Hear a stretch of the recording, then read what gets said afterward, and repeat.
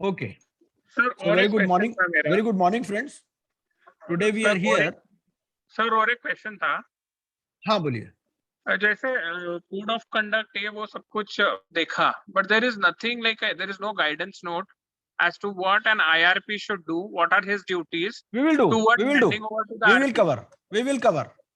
Yeah. We will cover that also. Hand holding by a senior. This was your question. And now another question is. Hand holding from IRP to the RP. Oh, that is true. वो तो ठीक है. और दूसरा question क्या था आपका अभी जो बोला आपने? Because एक्ट में कहाँ पे भी लिखा हुआ नहीं है कि what are the basic things which an IRP should do to smooth hand holding to RP. कहाँ पे भी लिखा हुआ नहीं है. I think professional indemnity you are referring to. So we will discuss about professional indemnity also. Okay, sir. Anyway, so we are here to discuss some of the opportunities which you might get after becoming an IP.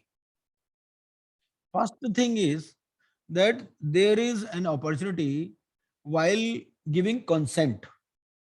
Giving consent to become an IRP does not necessarily mean that you will be undertaking that assignment as of that particular person, but simply because they sometimes get assent form signed, the consent form signed from more than one professional as well. So this itself is an opportunity, and members are normally charging 25,000 rupees because there is a limit on assignments. And number two, you have to obtain authorization for assignment also. Authorization for assignment, you must be aware that you have to apply to the insolvency professional agency with whichever you are enrolled, and then you have to get an authorization for assignment. While awarding that authorization for assignment, the IPA looks into the assignments you are already handling. You must have gone through that form also, or otherwise you can go through that form that is available in application to adjudicating authority rules. So there you can just have a refresh. What are the types of engagement, and that in turn will lead you to know about the various types of assignments also, because in that assignment itself many types of that opportunities are indicated. Let me go through that form. This is form number 2, I think. So form number 2, if you go through, मेरा भी काम हो जाएगा इससे क्या होगा, मेरा भी अपना पीपीटी तैयार हो जाएगा किसी से. तो फॉर्म 2, अब फॉर्म 2 अगर आपके पास कोड है तो फॉर्म 2 भी खोल सकते हैं आप. उसमें क्या कहता है, वो कहता है जी आपके पास कौन कौन सी असाइनमेंट है. I am currently having the following assignment. हो सकता है आपके पास नील लो, अगर नील नहीं है तो भी IRP, RP, liquidator, authorised representative. तो देखो अब हम यहाँ भूल गए थे ऑथराइज रिप्रेजेंटेटिव लिखना, लेकिन हम यहाँ लिख सकते हैं. ठीक है भाई, क्या होता है कि आप किसी मान लो हाउसिंग सोसाइटी में है, ठीक है, हाउसिंग सोसाइटी में या जो हाउसिंग आपके पास कोई आरडब्ल्यू में डिस्कशन होता है, यार हम लोगों ने वहां पर अप्लाई किया था प्लॉट के लिए, अब वहां तो वो प्लॉट व्लॉट तो दे नहीं रहा और कंपनी भी उसी आईआरपी में है. ठीक है ना, तो वहां पर भी आप उनको गाइड कर सकते हो. तो इनडायरेक्टली आपके पास जब अवेयरनेस होगी तो तभी तो आप कर पाओगे ना. तो ऑथराइज रिप्रेजेंटेटिव जो है ये भी अपने आप में एक बहुत बड़ा काम है. और नॉर्मली क्या करते हैं, ऑथराइज रिप्रेजेंटेटिव भी अपनी एक एसोसिएशन टाइप बना लेते हैं. तो उस एसोसिएशन में वो टाइम टू टाइम पैसे कलेक्ट करते रहते हैं और उसको उस हिसाब से चलाते हैं. भाई ऐसा तो नहीं ना कि आपको जब जरूरत पड़ेगी तब आप पैसे लोगे. तो नॉर्मली क्या होता है, वो एक एसोसिएशन फॉर्म कर लेते हैं.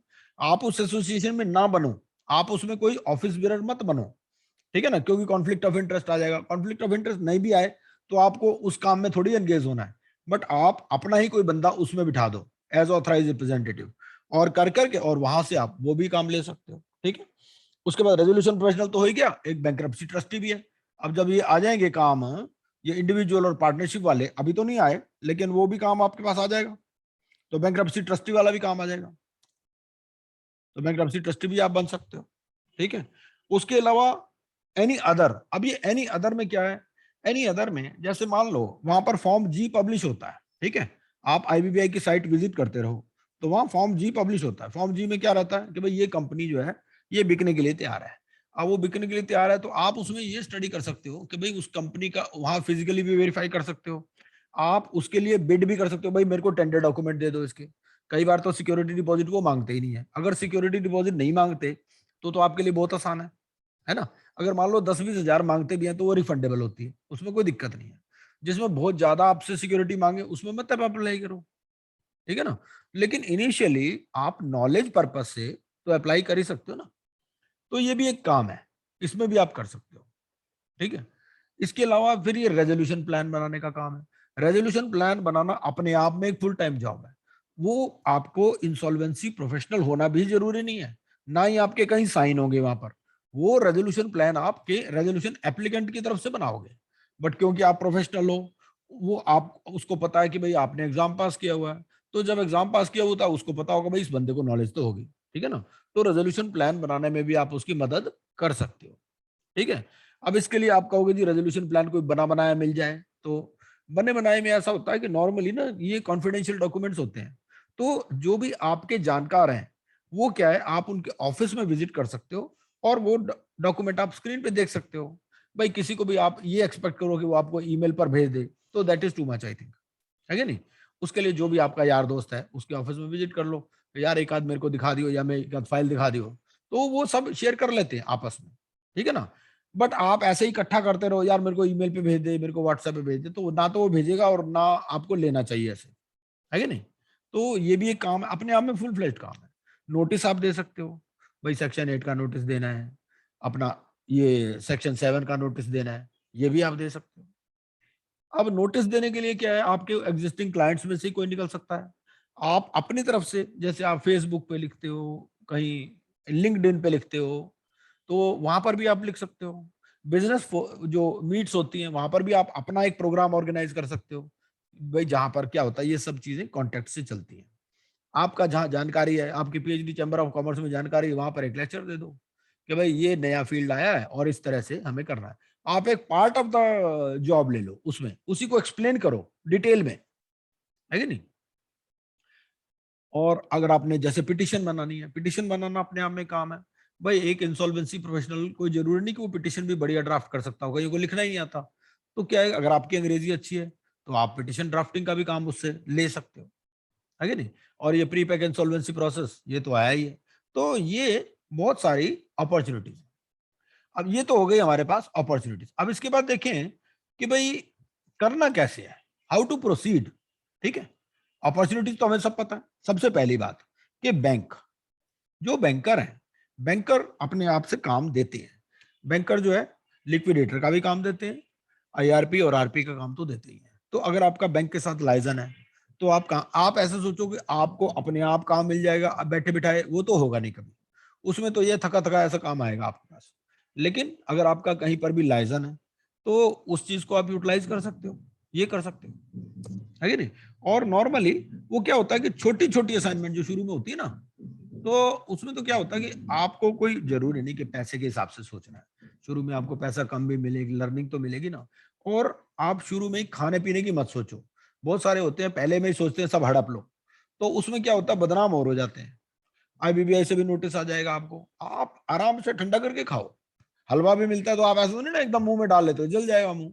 ऐसे ही है कि आप काम बैंक का करो और ईमानदारी से करो। आप 2-4 असाइनमेंट कर लोगे ना, अब खुद आपको देंगे वो बुला करके असाइनमेंट। शुरू शुरू में हो सकता है आपको उसमें कुछ भी ना बचे, कोई बात नहीं, है कि नहीं, लेकिन आपको एक्सपीरियंस मिलेगा, ये भी तो एक बहुत बड़ी बात है ना। अच्छा, बैंक के अलावा जो आपके, जो भी आप समझो कि जो सीनियर सिटीजन्स हैं, ये भी आपका बहुत बड़ा सोर्स हो सकते हैं। क्योंकि सीनियर सिटीजन्स जो हैं उन्होंने नॉर्मली इन्वेस्टमेंट की होती है, तो आप उनको पिच कर सकते हो अलग से। उनका कोई क्लब है या कोई फोरम है, वहां पर आप एज ए प्रोफेशनल उनको गाइड कर सकते हो। कोई जरूरी नहीं कि फॉर्मल गैदरिंग हो, इनफॉर्मल भी हो सकती है।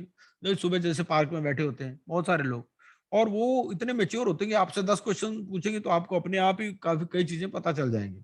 बहुत सारे लोगों ने इन्वेस्टमेंट की होती है, यार मैंने तो गुड़गांव में इन्वेस्टमेंट की थी, वो तो चोर निकला, वो तो कुछ दे ही नहीं रहा पैसे। तो आप एक्सप्लोर कर सकते हो उस अपॉर्चुनिटीज को। So और there is one more source, एक उनमें और से एक source है, हाँ एक और एक source है वर्क पाने का, because what I feel is that junior chartered accountants who are in practice from 5 years or 7 years हाँ or company secretaries, they are not eligible to become IPs. Hmm So they have a lot of leads कि जहाँ पे उनको लगता है कि हाँ we require somebody who is an IP so that हाँ we they बिल्कुल बिल्कुल so ठीक है, that is बिल्कुल also सही। one of the source. नहीं, यहाँ तो हम वो डिस्कस कर रहे हैं ना जो आईपी बन चुके, यहाँ हम हाँ वही उनको वही डिस्कस कर रहे हैं जो ऑलरेडी बन चुके और वो काम चाहते हैं, हम उसका नहीं नहीं, डिस्कशन है दैट्स ये। व्हाट उनके लिए ही, in case if they can pull in with junior chartered accountants who are not eligible to be an IP, उनके थ्रू अपने को काम मिल सकता है। अरे नहीं नहीं नहीं, जूनियर से क्या काम मिलेगा, जूनियर से कुछ नहीं काम वाम मिलता। जनरली मैंने देखो देखा है ऐसे पुणे है, में। पता क्या होता है, जूनियर से कोई काम नहीं मिलेगा आपको, बिजनेसमैन से काम मिलेगा, बिजनेस कम्युनिटी से जो भी काम राइट। मिलेगा। तो वो तो उसे, आपको खुद कुछ नहीं आता, आपने जूनियर और पकड़ लिया, दोनों ही वो लाइबिलिटी हो गए, एसेट तो कोई होना चाहिए। तो सीनियर सिटीजन हो सकते हैं, बैंक हो सकते हैं, उसके अलावा आपके जो एग्जिस्टिंग क्लाइंट्स हैं वो भी हो सकते हैं, आपके जो ट्रेड एसोसिएशन हैं वहां पर आप अवेयरनेस कैंपेन चला सकते हो कि भाई यहाँ पर ये जो है ये नया फील्ड आया है। हर हर प्रोफेशन में ये चीज होती है कि भाई एमएसएमई के लिए आप अलग से कोई ड्राइव चला सकते हो कि एमएसएमई सेक्टर का आप डेटा ले लो। जैसे मान लो आपको वहां से ये है ना, कौन सी साइट है वो, इंडस्ट्री की ट्रेड प्रमोशन साइट, बब्बर जी याद, मेरे को नाम याद नहीं आ रहा, लेकिन वहां पर ना वो रजिस्ट्रेशन होता है आपके पास एमएसएमई का। तो जो भी डिपार्टमेंट ऑफ ट्रेड में रजिस्टर्ड होते हैं, डीपीटीटी उसको कहते हैं, तो डीपीटीटी वाला डेटा निकाल लो आप, डीपीटीटी वाला डेटा निकाल के एमएसएमई के लिए आप अवेयरनेस प्रोग्राम कर लो, आपका 10-20 हजार 50 हजार खर्च भी हो जाए तो भी कोई बात नहीं, है कि नहीं। तो आपको तो सबसे पहले अपने आप को प्रोजेक्ट करना है कि आपको कुछ आता भी है नहीं भाई, या तो आप लोग आपके पास आए या आप लोगों के पास जाओ, दो ही तरीके होते हैं काम के, ठीक है। लोग आपके पास कब आएंगे, वो सोचेंगे आप एक्सपर्ट हो, ठीक है ना, तब आएंगे। अगर आपको खुद ही कॉन्फिडेंस नहीं है कि भाई आप एक्सपर्ट हो, तो आप जाओगे लोगों के पास या आप काम ढूंढोगे, तो दो ही तरीके से चलता है। तो वो प्रोजेक्शन आप अपने आप को कैसे प्रोजेक्ट करते हो, दैट इज इंपॉर्टेंट।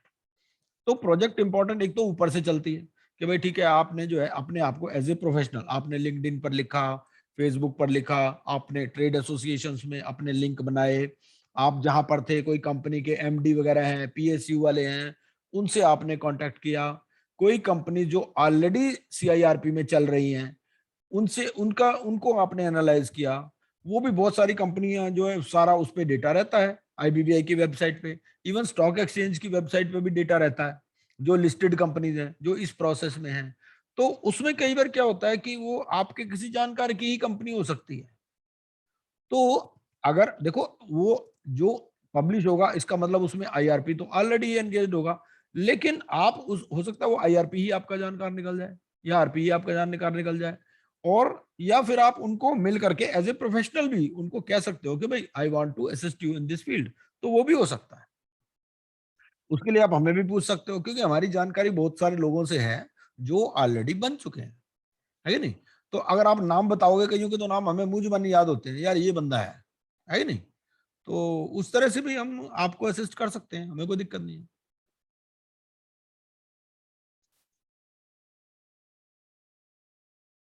उसके अलावा जो आपका क्वेश्चन था Prashant Javar ji, hand holding by a senior, hand holding की देखो जी जहां तक बात आती है ना, होता क्या है कि सबसे पहली बात तो ये कि नॉर्मली वो आपको एंटरटेन नहीं करते, है ना। वो सोचेगा यार ये, आप मान लो कोई सीए ही आ जाए आपके पास काम सीखने, वो सोचेगा यार काम सीख के भग जाएगा, हो सकता है मेरा क्लाइंट भी ले जाएगा था, है ना। तो नॉर्मली हैंड होल्डिंग की जहां तक बात है ना, तो वो एक तो आपके कॉन्फिडेंस का बंदा हो तो ही आपको घुसाएगा अपने ट्रेड में, समझ रहे हो। तो कॉन्फिडेंस जो है बहुत जरूरी है। अनजान आदमी कोई भी आपको अपने बिजनेस का नहीं बताएगा कैसे वो करता है। तो सबसे पहले तो ऐसा आदमी जो आपके कॉन्फिडेंस का है, ठीक है। या हम भी आपको बता सकते हैं, सिटी वाइज बता सकते हैं, मान लो आप जिस भी सिटी में है, हम तो आपको पूरे इंडिया का बता देंगे भाई पुणे में ये बंदा है, चेन्नई में ये बंदा है, ये बंदा ठीक है क्योंकि हमसे इंटरेक्ट कर चुका है नहीं।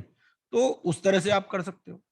लेकिन आप सोचो कोई ऐसे ही आप अनजान को अप्रोच कर लोगे, तो अनजान में मेरे को नहीं लगता कि हैंड होल्डिंग कोई करेगा। तो उसके लिए आपको कोई कॉन्फिडेंस वाला बंदा ढूंढना है, कोई भी बीच में जो हो, जो उससे आपको इंट्रोड्यूस करा दे और उसको भी लेवल ऑफ कंफर्ट हो कि भाई ये बंदा भी ठीक है। कई बार दूसरा बंदा भी घटिया होता है, वो बाद में हमें कंप्लेंट करता है यार किस घटिया बंदे से मिला दिया। तो वो भी चीज है, दोनों चीजें हैं।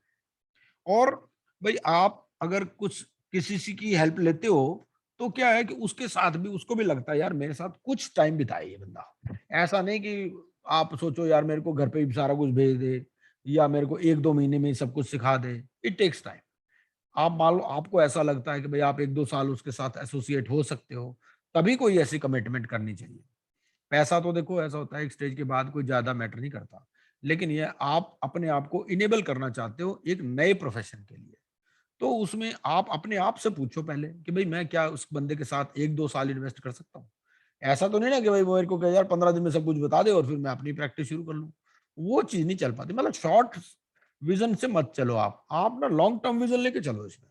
अगर आपको किसी के साथ कोई सीनियर के साथ एसोसिएट होना है, क्योंकि वो लॉन्ग टर्म एसोसिएशन ही बढ़िया रहेगा। बंदे हम बता देंगे आपको। आपके अपने हैं तो बहुत बढ़िया है, नहीं है तो हम बता देंगे। अब जहाँ तक रही बात देखो प्रोफेशनल इंडेमनिटी की, भाई हम बहुत सारी चीज़ें पढ़ते हैं। ये जी इसका ये हो गया, उसका वो हो गया, इन्वेस्टिगेशन शुरू हो गया, इंस्पेक्शन शुरू हुआ, है ना? शो कॉज़ नोटिस आ गया, बाहर कर दिया, ये भी सब चीज़ें हैं। तो उसके लिए मैंने देखो सबसे बड़ी बात क्या है, हमारे टच में तो बहुत सारे लोग हैं और वो कई-कई सालों से बन चुके हैं। कुछ हैंकी-पैंकी भी करने वाले लोग हैं। हर तरह के हमारे पास तो हर तरह के कॉन्टैक्ट में हैं। होता क्या है, लेकिन लॉन्ग टर्म तक ना ये चीज़ें नहीं चलती। जैसे मान लो कोई आदमी सीए हो के जीएसटी की बिलिंग करने लग जाए झूठी-मूठी, वो एक ना एक दिन पकड़ा ही जाएगा। ऐसे ही इसमें है। आप हर क्लाइंट को धमकाते रहोगे कि यार तेरे को तेरी कंपनी बंद करा देंगे, तू हमें 10 लाख दे दे, 20 लाख दे दे। एक आध बार हो सकता है आप सक्सेसफुल भी हो जाओ, लेकिन अल्टीमेटली जो है you will land into trouble. आप ये मान के चलो, अगर आप इस प्रोफ़ेशन में आए हो, तो आपको साफ-सुथरा काम करना है कि नहीं? अगर आप पहले से आपकी नियत ही गंदी है, आप सोचिए यार मैं बिल्डर से इतने पैसे ले लूँ, मैं उस पार्टी से इतने पैसे ले लूँ, मैं बीच में दलाली करने लग जाऊँ, मैं उनका एग्रीमेंट करवा दूँ, उससे भी पैसे ले लूँ, उससे भी पैसे ले लूँ। करते हैं लोग, ऐसा नहीं नहीं करते और असली कमाई भी उसी में कर रहे हैं। लेकिन क्या है कमाई करने का भी तरीका होता है कि नहीं? एक तो होते हैं बसों में जेब काटते हैं, ठीक है ना? एक होते हैं जो फ्रॉडस्टर होते हैं उनके बैंक अकाउंट में अपने आप ही पैसे डाल देते हैं लोग। तो आपको अपना लेवल डिसाइड करना है कि आपको करना क्या है, किस तरह से करना है और कब करना है। आपको अभी पता वता कुछ है नहीं, शुरू-शुरू में आते हैं, शुरू-शुरू में ही पागल हो जाते हैं। उनको पैसे बहुत ज़्यादा नज़र आते हैं, तो वो जो है प्रॉब्लम में फँस जाते हैं बड़ी जल्दी। तो सबसे पहली बात तो ये अपना you always move with clean hands. आप प्रोफेशनल बने हो, आप प्रोफेशनल काम करो। पैसे वैसे के चक्कर में पड़ो ही मत। आपको दूसरी पार्टी ऑफर भी करती है ना तो भी मत कुछ करो। आप जो है बिल्कुल प्रोफेशनल लेवल पे काम करो। होता क्या है कई बार आप लिक्विडेटर बन गए आप मान लो ठीक है ना।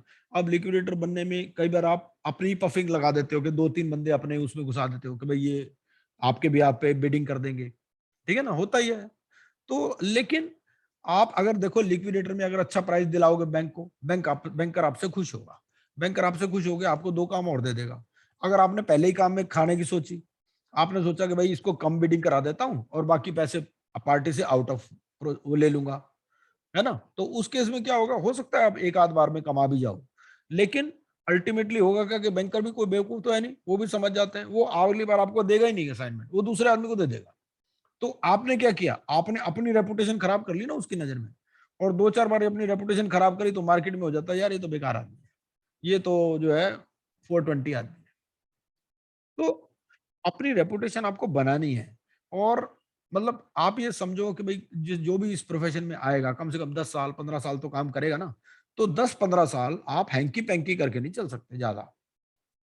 आपको अगर लंबा चलना है, आप या तो सोचो ना भाई एक ही बार में 2-4 बार में 2-4-5 करोड़ रुपए अंदर करके और मैं साइड में हो जाऊँ, वो डिफरेंट चीज़ है। वो आप कर सकते हो, ऐसा ना कोई बड़ी बात नहीं है। बहुत सारे लोगों ने ऐसा किया भी है कि 5 करोड़ रुपए कमाए और साइड हो गए। फिर वो कहते हैं यार हम तो ये काम करते ही नहीं। लेकिन आपको सोचना है, आपको इसको एज़ ए प्रोफेशन अपनाना है या इसमें से कुछ चोरी करके चले जाना है फटाफट। तो मेरे हिसाब से तो एज़ ए प्रोफेशन आप इसको अपनाओ और अच्छी तरह काम करो। आप बैंकर का भी दिल जीतोगे, आप क्लाइंट्स का भी दिल जीतोगे, आप एनसीएलटी भी आपको रिगार्ड करेगा। आपके अंदर नॉलेज भी होनी चाहिए।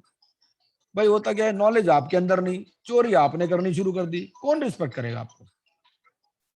एक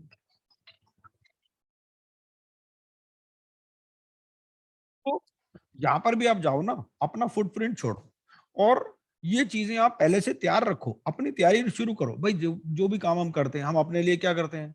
हम अपने लिए एक आप मैनुअल बना सकते हो। आप अपना एक प्रैक्टिस मैनुअल डेवलप करो। आपके पास काम नहीं है कोई बात नहीं, आप अपना एक प्रैक्टिस मैनुअल तो बना सकते हो। खुद से बनाओ प्रैक्टिस मैनुअल, ताकि आपके पास जब कोई क्वेरी आए, तो आप जो है उसके लिए तैयार रहो। ये चीज़ ज़रूरी है और आप खुद से प्रोएक्टिव अप्रोच भी अपना सकते हो। भाई प्रोएक्टिव अप्रोच क्या है कि आप खुद उनके पास चले जाओ, जो भी आपके अल्टीमेट कंज्यूमर हैं, जैसे मैंने बताया एमएसएमई है या बैंकर्स हैं या बिजनेसमैन है, या तो वो आपके पास आए, आप उसके पास आए तो आप अपनी इमेज बिल्डिंग करो, ठीक है ना? तो इमेज बिल्डिंग तो कैसे होगी? आप कोई ब्लॉग लिखोगे, कोई लिंक्डइन पे लिखोगे, फेसबुक पे लिखोगे, लोगों से इंटरेक्ट करोगे। एक तो ये इमेज बिल्डिंग है कि भाई he is a knowledgeable person. अब मैंने देखो एग्जाम पास नहीं किया, मेरे पास इतनी इंक्वायरी आती रहती है, मेरे से आईपी कंसल्ट करते हैं जिन्होंने पास कर लिया, और मैं उनको सोल्यूशन बता भी देता हूँ, और ये भी बताता हूँ भैया एनसीईआरटी तुम्हें इस मामले में झाड़ पिलाएगी।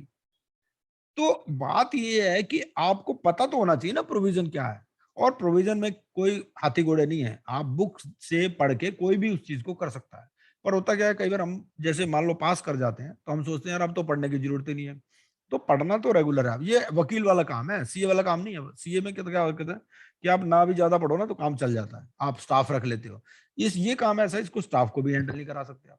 ये आपकी पर्सनल अटेंशन मांगेगा, आपका पर्सनल टाइम मांगेगा, और इवन आप जो है मूडी भी नहीं हो सकते इसमें। अगर आपको मूड स्विंग्स आते हैं हमारी तरह, हमारा तो ये है कि भाई कभी काम करेंगे कभी नहीं करेंगे, हमारी मर्जी होगी तो करेंगे, नहीं मर्जी होगी तो नहीं करेंगे। तो वैसा आदमी इसमें सक्सेसफुल नहीं है। इसमें सक्सेसफुल वो हो सकता है जो पैसे के पीछे पागल है, जो सुबह सुबह लग जाए 8 बजे 9 बजे 10 बजे और रात तक काम करता रहे, जिसको पैसा अट्रैक्ट करता हो, जिसको मनी से एनर्जी मिलती हो, उसके लिए है ये फील्ड। नॉलेज तो चाहिए चाहिए, वो सब चीजें तो चाहिए चाहिए, नॉलेज भी चाहिए आपको, ट्रैवलिंग भी चाहिए। और ये है कि क्योंकि सारे काम आप एक दिन नहीं कर सकते, तो you have to have a team. You can have a team of 4-5 people. 3-4 तो जरूरी है, एक एडवोकेट होना चाहिए, एक कंपनी सेक्रेटरी हो, एक सीईओ हो जाए, एक लॉयर हो जाए, 4 बंदे हो जाए। आप क्या कर सकते हो, कॉस्टिंग कम करने के लिए लॉयर थोड़े हल्के वाला पकड़ लो। लॉयर हल्के में क्या होता है कि भाई जब एनसीईआरटी में नॉर्मल हियरिंग, यार तू वहां खड़ा रहा है, जब जरूरत पड़ेगी ना, आप बहस करने की जरूरत तो रोज तो पड़ती नहीं वहां पर वहां फिजिकल प्रेजेंस जरूरी होती है कई बार।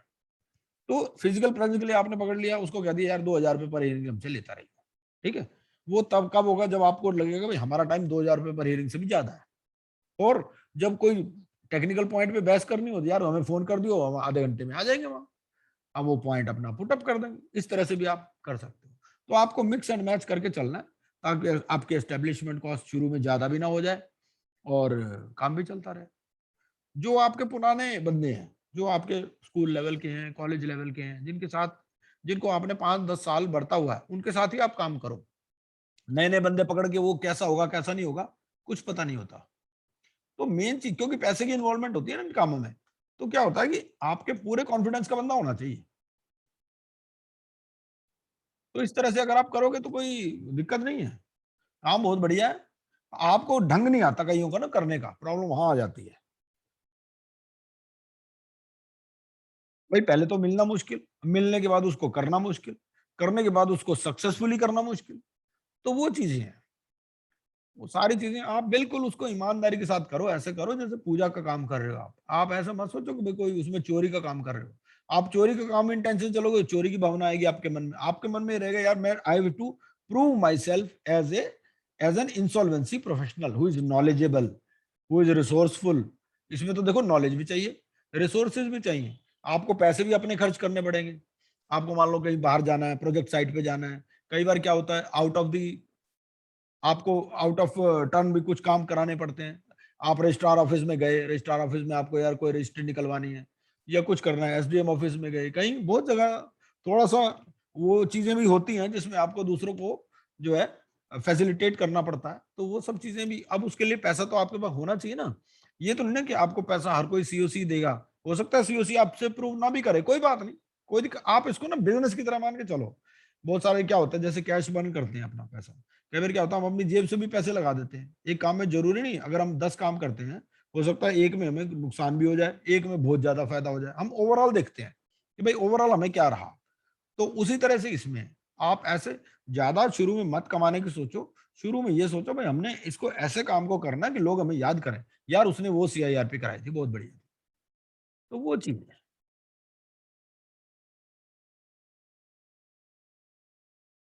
तो अब आपको करना क्या है, देखो जी बैंक में जो है एक तो एम्पेनलमेंट फॉर्म होते हैं, तो आप एम्पेनलमेंट फॉर्म के बारे में पता कर सकते हैं बैंक का, उसके बारे में, ठीक है?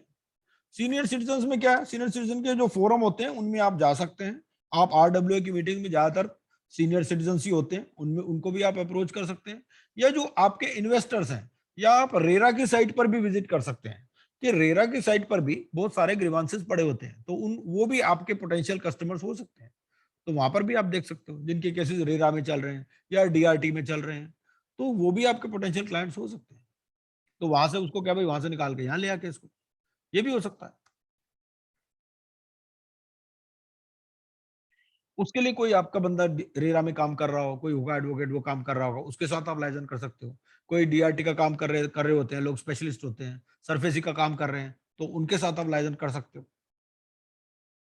चाहे वो कहे वो भी करते होंगे, बात वो नहीं है, हो सकता है वो खुद भी करते हो, लेकिन आप उनको कहीं ना कहीं तो असिस्ट कर ही सकते हो, या कहीं ना अगर आपके जानकारी में है कोई ऐसा बंदा, तो उसके साथ आप कर सकते हो। हम भी आपको बता सकते हैं, हमारा तो ये हर एक काम का पता है भाई, कौन आदमी क्या काम कर रहा है। आप कहोगे रेरा वाला बंदा कौन है, हम बता देंगे ये रेरा वाला बंदा जी है। उसके बाद एक बंदा हमने आपको दे दिया, दो चार बंदे आप खुद ढूंढ लो सिटी वाइज, तो उस तरह से आप कर सकते हो। अब आपका कोई और सवाल है तो पूछिए। सबसे पहले मीनू जी आप पूछो कुछ सवाल जो भी पूछना चाहो, या जो मैंने बोला कुछ समझ में आया, आपको लगा कुछ फ्रूटफुल। तो definitely it is very fruitful. और सवाल तो ये है जो आपने जैसे बताया, एक लॉन्ग टर्म एसोसिएशन वाला, हाँ है ना सर? तो वो हाँ, लॉन्ग टर्म एसोसिएशन, जैसे मेरा कल भी आपसे यही क्वेश्चन था, तो उसके लिए क्या कैसे आप, मतलब आपकी गाइडेंस चाहिए सर थोड़ी सी। तो देखो वही तो मैं बता रहा हूँ ना, देखो लॉन्ग टर्म एसोसिएशन होती कैसे, लॉन्ग टर्म एसोसिएशन तभी होती है जब वो आप में विश्वास करता है, आप उसमें विश्वास करते हो। तो अगर आपके पास दो चार ऐसे लोग हैं, होते ही हैं, अगर आपके पास कोई भी ऐसा आदमी नहीं है जिस पे आप विश्वास करते हो या आप पे विश्वास करता हो, तो इसका मतलब तो आपके अंदर ही कुछ कमी है। तो ऐसे आपको ढूंढने हैं, हम तो आपको मदद कर सकते हैं ऐसे लोग ढूंढने में।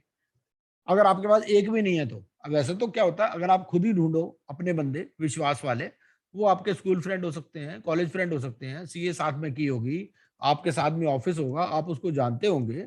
कोई जरूरी नहीं है सीए हो, इसमें कोई दूसरा जरूरी तो नहीं ना सीए हो, वो सीएस भी हो सकता है, वो कोई बिजनेसमैन भी हो सकता है, आप उसको साइलेंट पार्टनर बना लो। वो कई ऐसे होते हैं जो पैसा लगा देते हैं इस काम में। तो आपको फॉरेन वाला भी कोई बंदा हो सकता है, फॉरेन वाले के तो आईपी होना भी जरूरी नहीं है। अगर आप एंटिटी बना सकते हो तो एंटिटी बना लो, वो भी कर सकते हो। पर खाली ये मत सोचो कि एंटिटी बनाने से ही काम आ जाएगा। कई लोग तो इतना शॉर्ट टर्म विजन रखते हैं, वो एंटिटी में अगर 1 करोड़ इन्वेस्ट करना होता है ना, तो कहते हैं यार हम इसको लोन दे दें, लोन देके और इसको पैसे एंट्री दे दें, मतलब ये क्या फुलिशनेस है। वो आपने एंटिटी कॉन्सेप्ट इसीलिए बनाई गई है कि आपके पास रिसोर्सेज हों चीजों को मैनेज करने के लिए, ना कि उसको उधर से आपने इधर कैपिटल बनाई इधर लोन दे दिया। मैं क्या वो सीए वाला दिमाग लगाना शुरू कर दिया इसमें। तो मतलब हमें इंटेंशन को समझना है इस चीज को ना। और देखो जब जब कोई भी नया फील्ड आता है ना, तो गवर्नमेंट भी एक्स्ट्रा हाइपर एक्टिव होती है, आईबीबीआई भी एक्टिव है। तो वो कोई भी अगर आपकी गड़बड़ होती है तो उसको बड़े सीरियसली व्यू करते हैं। और होता क्या भाई, दूसरे लोग भी कंप्लेंट कर सकते हैं, उनको सपना थोड़ी आ रहा है, उनको कंप्लेंट चली जाती है कि भाई ये देखो इस काम में ये हो रहा है। तो वो भी चीजें आपको देखनी है। कोई इसलिए कोई ऐसा आदमी भी नहीं होना चाहिए जो बहुत ज्यादा वल्नरेबल हो। और वल्नरेबल कौन से लोग होते हैं, वल्नरेबल होते हैं ज्यादातर लीडर्स वगैरह। इनके पीछे दुनिया पड़ी रहती है यार, इनका कोई हमें भेद खोलना है। तो हमें ऐसे लोगों के साथ अटैच होने से बचना चाहिए फ्रंट में, है कि नहीं। आप उनकी हेल्प ले सकते हो, लेकिन क्या होता है कि वो सामने नजर आ जाते हैं ना, तो उनके पीछे तो दुनिया पड़ी है, उनके चक्कर में आप भी पड़ जाओगे फिर, वो भी है। तो डिसीजन तो देखो ये आपका ही है कि आपने जो आपके कॉन्फिडेंस का बंदा कौन सा हो। पर होते हैं, ऐसी बात नहीं है। और अगर वैसे तो ज्यादातर लोग ठीक ही होते हैं, कोई जरूरी नहीं कि सेम सिटी में हो। देखो इसमें तो कितनी फ्लेक्सिबिलिटी है, आपको दूसरे सिटी वाला ज्यादा बढ़िया रहेगा, आपको अपने सिटी का बंदा ही नहीं चाहिए। भाई मैं दिल्ली में बैठा हूँ, दिल्ली का तो मैं कर ही लूंगा, मेरे को तो जयपुर का बंदा चाहिए, मेरे को तो चेन्नई का चाहिए बंदा, कि वहां पर कोई प्रोजेक्ट आए तो वो भी उसको टेकअप कर सके। एक साउथ का बंदा ले लूं मैं, एक वेस्ट का ले लूं, इस तरह से कर सकता हूँ। कोई ये मत सोचो कि आपके घर के पास वाला ही हो, तो वो भी नहीं है, यहाँ तो कोई लिमिट ही नहीं है। तो बहुत सारी चीजें हैं। और पैसे तो इतने होते हैं कि कोई आपको ट्रैवल ट्रूवल का तो ये सब सोचने की तो जरूरत ही नहीं है ज्यादा। एक मिनट, हेलो।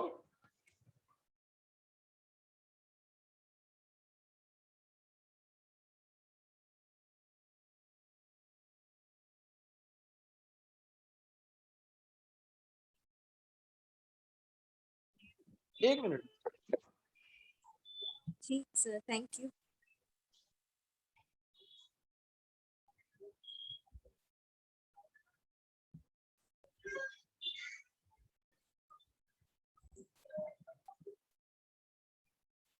ये है जी, सबसे पहले देखो आप इसमें तो बहुत अच्छा है, कोई लिमिटेशन ही नहीं है, कोई ना तो सिटी की लिमिटेशन है ना प्रोफेशन की लिमिटेशन है।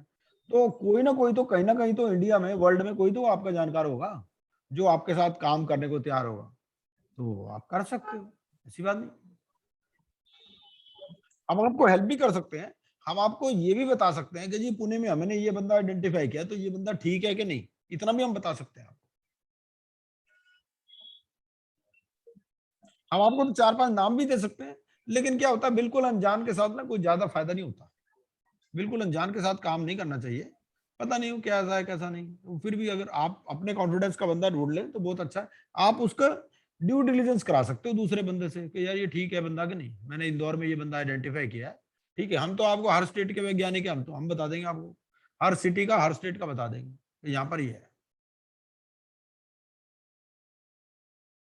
लेकिन सर हाँ एक दो मतलब जैसे मैंने भी कुछ ना वो जैसे थोड़ा सा स्टडी किया था इसी टाइप से, तो वो फिर मैं आपसे सेपरेटली डिस्कस करूंगी फिर, या तो बिल्कुल ठीक है। सबसे पहले तो आप ना अपना एक प्रैक्टिस मैनुअल बना लो, ठीक है। आप एक करना कुछ नहीं होता, कॉपी पेस्ट करना है सारा चीजों को। आप अपना एक प्रैक्टिस मैनुअल बना लो कि जी ये प्रैक्टिस मैनुअल है मेरा, मैंने इस तरह से काम करना है। वो कितने दिन में बन जाएगा, 2-4 दिन में बन जाएगा, है ही क्या उसमें, सारा कुछ आपने पढ़ा हुआ है, नहीं भी पढ़ा हुआ तो रिफ्रेश हो जाएगा, कॉपी करना उधर से पेस्ट कर देना है क्या, कोई मुश्किल थोड़ी है उसमें। तो लेकिन you are है, there to I hope you are there to help me if I need some मतलब help, अगर कुछ बनाती हूँ आपके साथ शेयर करती हूँ तो। बिल्कुल बिल्कुल क्यों नहीं। और देखो मेरे पास एक ही रिस्क रहता है, मेरे पास रिस्क ये रहता है, मेरे को लगता है कि अगर ज्यादा लोगों के काम की चीज है और उसमें कोई पर्सनल चीज नहीं है तो मैं और लोगों की भी हेल्प कर दूं, तो वो रिस्क अरे आपके सर ये पास तो बहुत रहेगा। अच्छी बात है। हाँ, कि भाई हो तो सकता बहुत है मेरे अच्छी को बात लगे है, यार बब्बर जी को भी देख लें ये वो प्रैक्टिस बेटर मैनुअल। ही हो जाता है, बल्कि उसमें कुछ दो लोगों की राय मिलती हो तो बेटर ही हो जाता है। हाँ बिल्कुल बिल्कुल बिल्कुल बिल्कुल हाँ। और क्या, वो आप स्पेसिफाई भी कर सकते हो भाई ये वाली चीज बतानी है, ये वाली चीज नहीं बतानी, 2 पार्ट में आप कर सकते हो।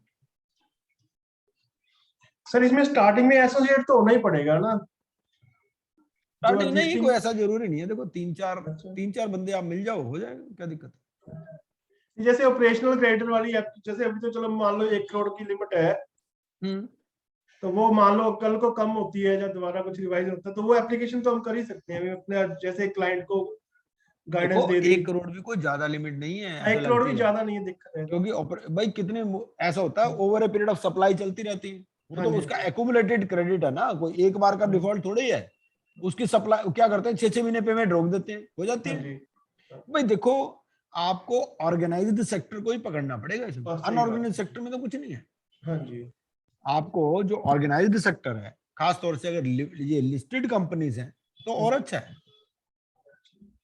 तो अगर आप अनऑर्गेनाइज्ड सेक्टर में तो कुछ मिलना ही नहीं, हाँ, अनऑर्गेनाइज्ड वहाँ सेक्टर तो वाले को है ही, होंगे जिसकी नहीं। टर्नओवर ही 5-10 करोड़ है, वो हाँ, उसमें वो क्या 1 करोड़ काम तो। मिलेगा आपको, हाँ। है कि नहीं। उसके अलावा तो ये हो सकता है भाई पर्सनल गारंटर वाला काम भी हो सकता है कि हाँ पर्सनल जी। गारंटर के अगेंस्ट में भी प्रोसीडिंग है, या उसके या उसके, आप तो दोनों चीज को डिफेंड कर सकते हो ना। आपको देखो एनसीएलटी जाने की पावर मिल गई, आप दोनों चीजों को डिफेंड कर सकते हो। पर्सनल गारंटर के अगेंस्ट में किसी ने शुरू कर दी, उसके भी आप कमियां निकाल सकते हो, दूसरी पार्टी की भी, दोनों तरफ से पेश होते हैं ना, दोनों तरफ से इंसॉल्वेंसी प्रोविजनल पेश होते हैं। और हमारे कई दोस्त हैं वो चार्टर्ड अकाउंटेंट हैं लेकिन लॉयर से ज्यादा नॉलेज रखते हैं। हाँ जी। लॉयर को वो रखते हैं वैसे ही जैसे खेत में खड़ा कर देते हैं ना एक आदमी को कपड़ा हाँ, बांध के, नजर वैसे बच्चू। उसको वैसे यूज करते हैं। भाई तू एनसीएलटी दे रखा है रोज जाइयो, 2,000 रुपए ले लेते रहे, जब जब मीटिंग हो अपनी महीने के बाद बिल भेज दियो, जब जरूरत पड़े हमें फोन कर दियो हम जाएंगे। तो वो तो ये है कि आप कितना स्टडी करते हो, कितनी नॉलेज है वो चीजें, और ये चीजें देखो रोज रोज पढ़नी पड़ती हैं। हाँ, आपको वो दो तो तीन है। घंटे 4 घंटे रोज पढ़ाई करनी पड़ेगी, नई नई लेटेस्ट डेवलपमेंट सारी चीजें। ऐसा मत सोचो कि एग्जाम पास कर लिया ओ बहुत बड़े बन गए, ऐसा कुछ हाँ, नहीं। नहीं, असली चीज तो अब पढ़ाई शुरू होनी है, वो तो एक एग्जाम सही पास बात तो है। कोई तुक्के से भी कर सकता है, ओके, वो सही बड़ी बात है बात जी। है? हाँ, सही बात है। लेकिन यहाँ जो है ना, क्योंकि यहाँ आपको दूसरा आदमी टेस्ट करेगा, एनसीएलटी टेस्ट करेगी आपको, हाँ जी। जो सीओसी वाले वो भी टेस्ट करेंगे आपको, तो पूरा प्रोसीजर जो आप बनाओगे ना मीनू गोयल जी, पूरी आप प्रोसीजर बनाओगे उसमें। उसमें आप वोटिंग के बारे में भी लिखोगे, सीओसी की मीटिंग कैसे कंडक्ट करनी है, आप उसमें एक सैंपल बना दोगे कि मैं ये सीओसी की मीटिंग करती हूँ, है कि नहीं। एक केस स्टडी टाइप बना के आप एक्चुअल चीज को विजुअलाइज करो, और उसमें जो हेल्प चाहिए हम आपको देंगे, हम आपको फाइल्स भी शेयर कर देंगे। आपको चाहिए कि भाई कोई केस देखना है आपको, क्योंकि देखो प्रैक्टिकल अलग चीज होती है, थ्योरी अलग चीज होती है, बहुत सारी बातें इसमें भी नहीं लिखी होगी किताब में, है कि नहीं। तो वो चीजों को अगर आप वाकई जेन्युइनली इंटरेस्टेड हो तो कोई भी आपसे शेयर कर लेगा, कोई बड़ी बात नहीं। लेकिन आप सोचो आप कोई सीरियस ही नहीं हो उस बारे में, आप खुद ही मटेरियल इकट्ठा कर रहे हो, तो उसमें कोई शेयर नहीं करेगा आपके साथ। ये आपका ऑप्शन अच्छा लगा कि यू जस्ट प्रिपेयर सब समरी टाइप ऑफ डिटेल, मतलब थोड़ा सा ये मुझे ठीक लगा, सो दैट अभी होता क्या है कि अगर कहीं पे कोई बात हो तो सबसे पहले इंसान ये सोचता है यार इसको प्रोसीड कैसे करना है। हाँ बिल्कुल। तो आप देखो, आप कम से कम 100 पेज का एक प्रैक्टिस मैनुअल बनाओ इसका, उसका प्रॉपर इंडेक्सिंग करो। इंडेक्सिंग जो है आप इस तरह से भी इंडेक्सिंग कर सकते हो। इंडेक्सिंग में आप क्रॉस इंडेक्सिंग कर सकते हो, एक तो अपॉर्चुनिटी वाइज कर सकते हो, आप फॉर्म वाइज कर सकते हो। इस तरह से 3-4 तरह से ना पहले एक इंडेक्स बना दो। क्रॉस रेफरेंसिंग होती है ना बुक्स में, जैसे आप तो सोचो जैसे बुक्स लिख रहे हो आप कि प्रैक्टिस कैसे करनी है, ये बुक लिख रहे हो आप, और दोनों जने मिलकर बुक छाप देंगे, आपका और मेरा नाम हो जाएगा दोनों का। फिर लोग सोचेंगे ये तो बड़े एक्सपर्ट है, इनके पास ही चलते हैं, ये सही है? आजकल तो, और किताब छापना कोई बड़ी बात तो है नहीं, प्रिंटर अपने जानकार है, उसको बोले किताब छाप देगा, है क्या उसमें। और वो किताब जगह जगह बड़े बड़े लोगों को दे आओ, एनसीएलटी में दे आओ, यहाँ दे आओ, वहां दे आओ, देखो जी हमने किताब लिखी है। और चाहे गधा ही क्यों ना हो, मैंने देखा किताब लिख देता है ना, आदमी सोचते हैं ये बहुत इंटेलिजेंट है। आप बिल्कुल गधे हो मान लो, आपको कुछ नहीं आता, आप किताब लिख दो कहीं से चुरा चुरू के, लोग सोचेंगे बहुत इंटेलिजेंट है बंदा, या इसको तो बहुत कुछ आता है, चाहे उस किताब में कुछ भी ना हो। तो वो अपने आप को प्रोजेक्ट करने का तरीका है कि yes I am an expert, और वो वैलिडेशन हो जाएगा। भाई किताब लिखे कुछ तो आता ही होगा, ये आदमी एज्यूम कर लेता है, क्योंकि वो लिखे हुए को सही मानता है। वो एज्यूम कर लेगा जब उसकी किताब नजर आएगी, यार इसने इतनी मोटी किताब लिख दी, इसका मतलब कुछ ना कुछ तो आता ही होगा, बिल्कुल डफर तो नहीं होगा। तो वो चलो यार इससे सलाह कर लेते हैं, और वो पोटेंशियल क्लाइंट भी हो सकता है आपका, या आपको रेफर भी कर सकता है। वो दूसरा आदमी के पास कोई आया, कहेगा यार ऐसा है मुझे तो नहीं आता, पर वो बंदा बड़ा नॉलेजेबल है यार, उसने किताब भी लिखी है, उसका नंबर देता हूँ तो उससे बात कर ले। और किताब में आप क्या समझ रहे हो, 5-10 हजार रुपए लग जाने, कोई ऐसे कोई लाखों रुपए की इन्वेस्टमेंट नहीं है। वो तो आप देखो, ये तो एक एग्जाम्पल है, मतलब इस तरह से आप हजारों तरीके सोच सकते हो, है कि नहीं? कि आपको प्रोजेक्ट कैसे करना है अपने आप को। आपको प्रोजेक्ट किनके सामने करना है वो भी है, आपको जो इंडस्ट्री के साथ कनेक्टेड है उनके सामने अपने आप को प्रोजेक्ट करना है।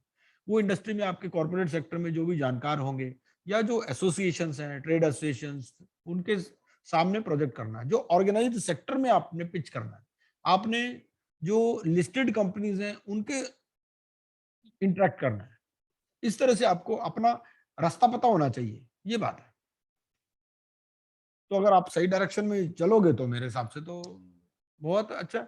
और कोई बहुत इसमें इंटेलिजेंस नहीं चाहिए, मेन चीज तो ये हार्ड वर्क चाहिए, आपका टाइम चाहिए, अनडिवाइडेड अटेंशन चाहिए, और तो आप कुछ भी कर सकते हो। ये नहीं कि इसमें इंटेलिजेंस की तो कोई बात ही नहीं है, ये तो प्रोसीजर है, किताब में लिखा हुआ है, everything is there in black and white. आप उसमें कुछ चेंज कर ही नहीं सकते, आपको अपनी अंग्रेजी भी लिखने की जरूरत है, आपको तो फॉर्म भरना है, हर चीज का तो फॉर्म है, लेकिन आपको फॉर्म सही भरना आता है कि नहीं वो भी तो चीज जरूरी है। या जो आपने रेजोल्यूशन प्लान वगैरह बनाना, वो एक थोड़ा टेक्निकल जॉब है। तो उस वो जो या जो मिनट्स आप बनाओगे, वो मिनट्स तो आपको बनाने हैं ना, मिनट्स तो किताबों में नहीं लिखे होंगे आपको, तो वो कैसे लिखने, उसको लिखना तो आना चाहिए ना आपको, वो चीजें। अगर आपने मिनट्स लिखे एनसीईआरटी का, यार क्या ये 10वीं क्लास के बच्चे की तरह मिनट्स लिख लाए हो, उसमें कुछ पता ही नहीं चल रहा तुमने करा क्या है, वो चीज।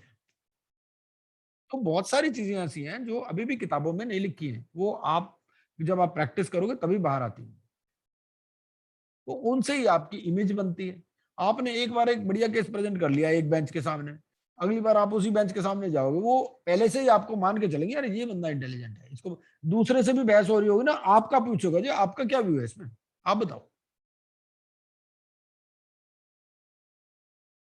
तो वो चीजें हैं। और किसी का कोई स्पेसिफिक क्वेश्चन हो तो पूछिए। श्रीकांत जी क्या हाल चाल है?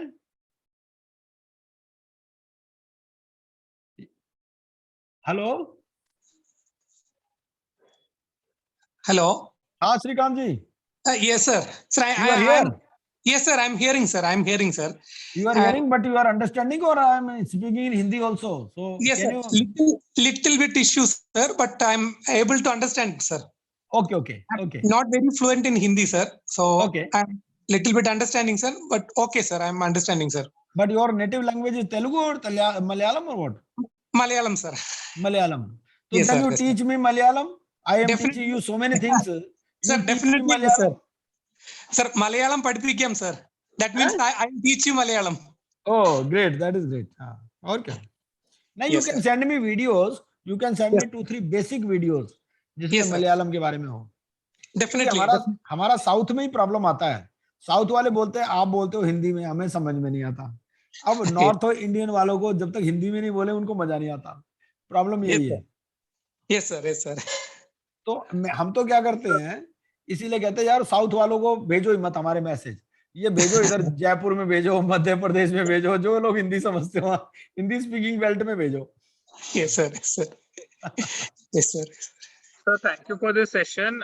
Sir, I have to leave, so I just thought कि एक बार आपको okay thank okay, you no बोल इश्यूज दूं। No issues. Okay, दिस और सेशन मुझे वाज समझ एक्चुअली में फॉर आया, Meenu like, Goyal there ji are many only. तो opportunities. मैंने सोचा 2-4 को और इनवाइट कर लेते हैं, और क्या, जब एक को फायदा हो रहा है तो 2-4 को और हो जाए। नहीं, great sir, we need to be in touch। और अभी इस क्लासेस के लिए भी रेगुलर होऊंगा, और मेरी एग्जाम्स है 24 सितंबर को, so I need your blessing sir. Great, definitely definitely, वो पास तो आप हो ही जाओगे।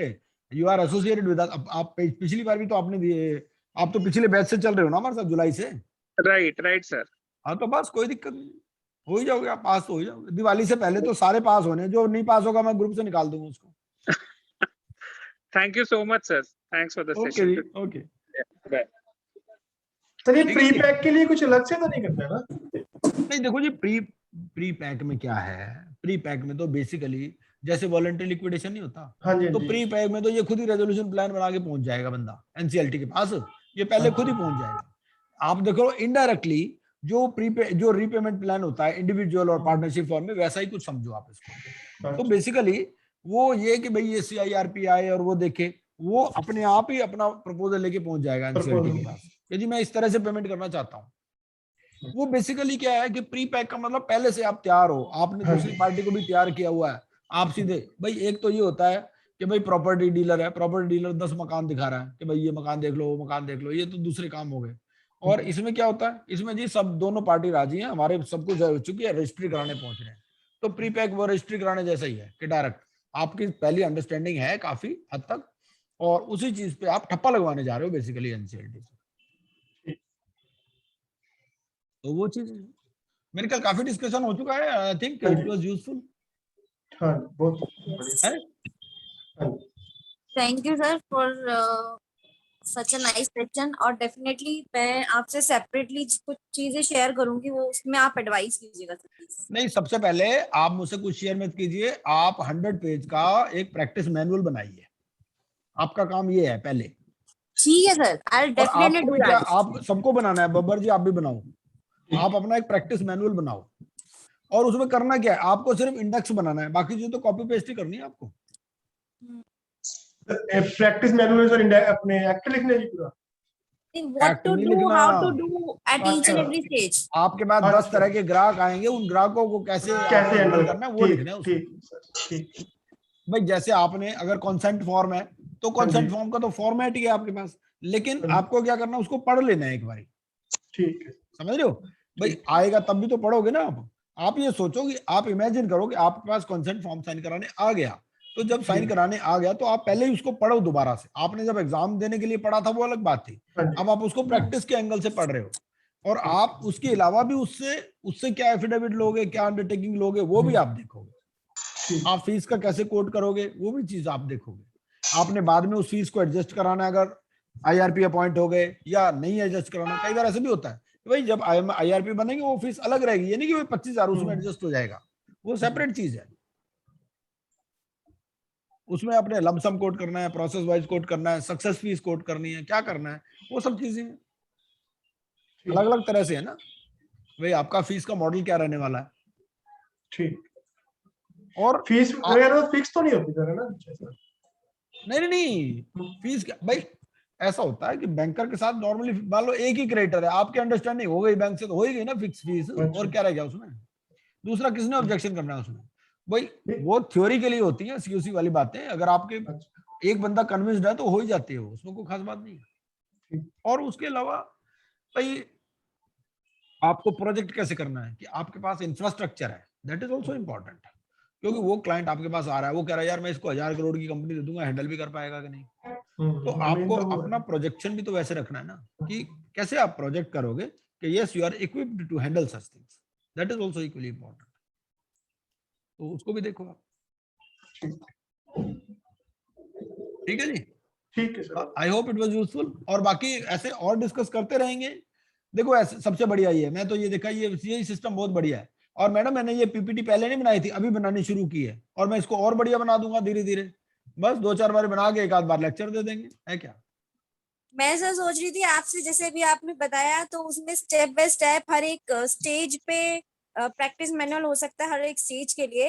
हाँ। तो व्हाट आई विल डू कि एक स्टेज वाइज मतलब लाइक पहले स्टेज का क्या होना चाहिए वो आपके साथ बिल्कुल शेयर बिल्कुल करूँ, बिल्कुल है ना? और वो बिल्कुल फिर आप जैसे उसमें because you are so much experience holder, तो आप उसमें थोड़ी सी गाइड करेंगे कि क्या बिल्कुल शॉर्टकमिंग बिल्कुल है उसके हम अंदर। तो आपको फॉर्मेट्स भी दिखा देंगे, हम आपको एक्चुअल केस भी दिखा देंगे, लेकिन आप कुछ अपनी तैयारी कर लो पहले, है कि नहीं? हाँ नहीं ये ठीक है sir, because before entering into professional या प्रैक्टिकल फील्ड में आपको जाने से पहले ये चीजें आपके टिप्स पे होनी भी चाहिए। हाँ दिस इज मोर इम्पोर्टेंट।